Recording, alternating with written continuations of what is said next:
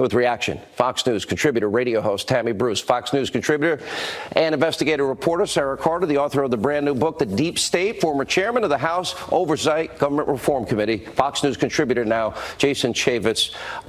Tammy, you are, what's amazing about you, and I've known you many years. Yeah. You used to be the president of the National Organization for Women. Yeah. You have been the one of the most outspoken people on this. Passionate. Look, I've spent most of my adult life fighting on these issues for the welfare of women and children. And we've spent certainly generations as women, as a country, to have women be heard, to elevate our lives, to make sure that what happens to us matters. And by the way, I agree with that. Oh, I know. That's why I'm sitting here. That's why we're friends. Yeah. And now we're in the 21st century. And women and young people elected to office, a generation that comes after and benefited from all the work that we've done, are now burning it to the ground. And they're using that power to destroy people's lives. And this is, you know, your monologue was fabulous, and they're doing all the things you've said. But the other thing that's happening is they are now using all of us as collateral damage.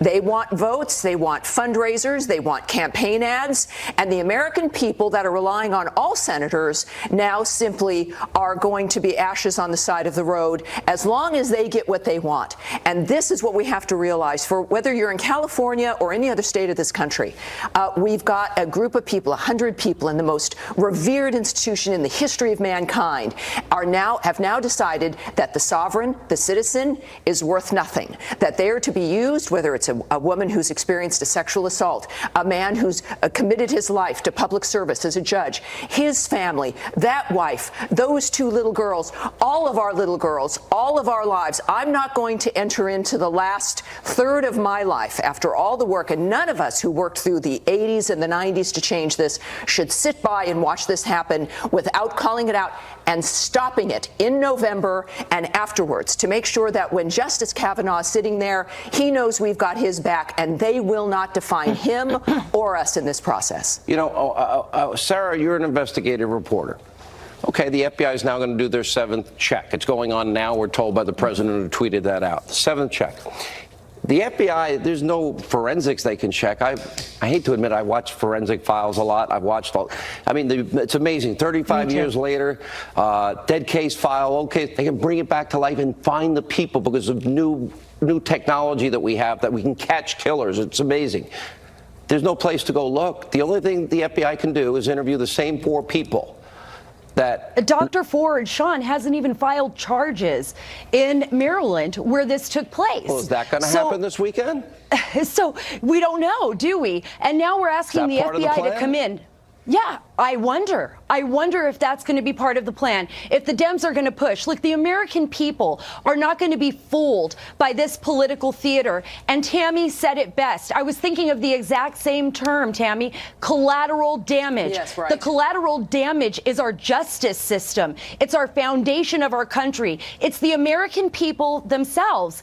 It's our sons and daughters. Judge Kavanaugh. Yeah, Judge Kavanaugh and his family.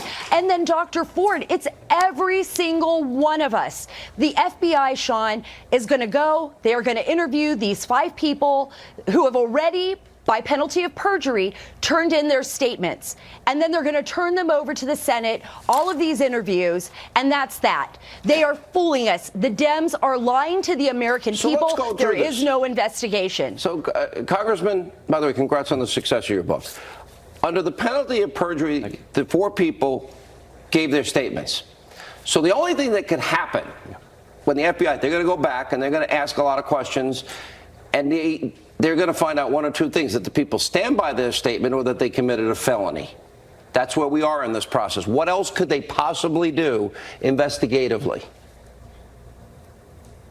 Well, look, the Democrats lost the moral high ground when they hid this material. And then when the Republicans finally had this information, they invited the Democrats to join in the investigation. They didn't even show up at the meeting. And you know what? The United States Senate, they need a civics lesson, because it's not the role of the FBI to do this investigation. It's the role of the United States Senate. And how many senators had Ford and Kavanaugh sitting before them and they had a chance to ask questions? They didn't even ask a question.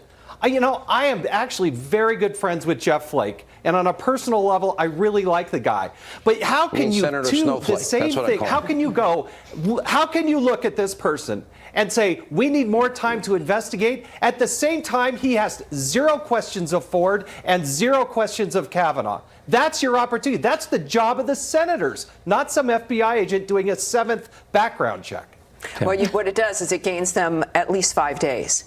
And what we've seen, of course, in the tail end of the last few days, an accusation that had to be retracted, a completely anonymous accusation that was treated as though it was national news, no name, no address, nothing.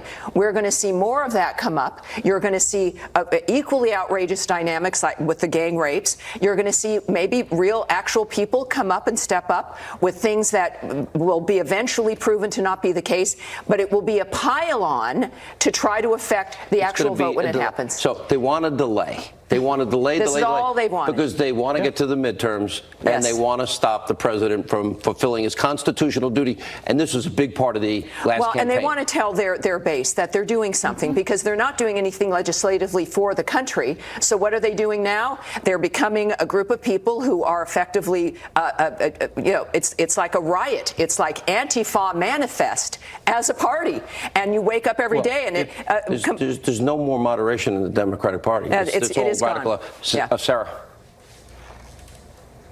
Yeah, absolutely. Oh, no, I thought you were going to ask me a question, Sean. No, absolutely. Tammy's right on the button with this one. Look, you're innocent until proven guilty.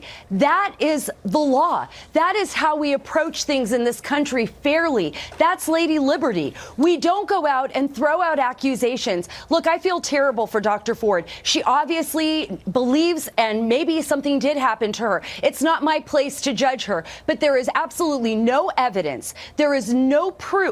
And they will find nothing unless somebody comes forward out of nowhere. And even then, this was 35 years ago. Sean, there has to be a system that we follow. We can't just throw caution to the wind and allow this to go forward. Congressman? Sean, it's the politics of personal destruction. It's a playbook that the Democrats continue to use. Scorched earth. It's the resistance movement. They wanted to destroy Kavanaugh. They wanted to delay this as long as possible, defeat him, and drag this country into the doldrums. It is absolutely, fundamentally, totally wrong. And Republicans have got to step up like Lindsey Graham and call it out for what it is and make sure that this person is now sitting on the Supreme Court. Lindsey Graham had his finest moment in Congress. There is no, and he gave a great speech today. I can't believe we're saying that, but I have to tell you, man, bravo, Lindsey Graham.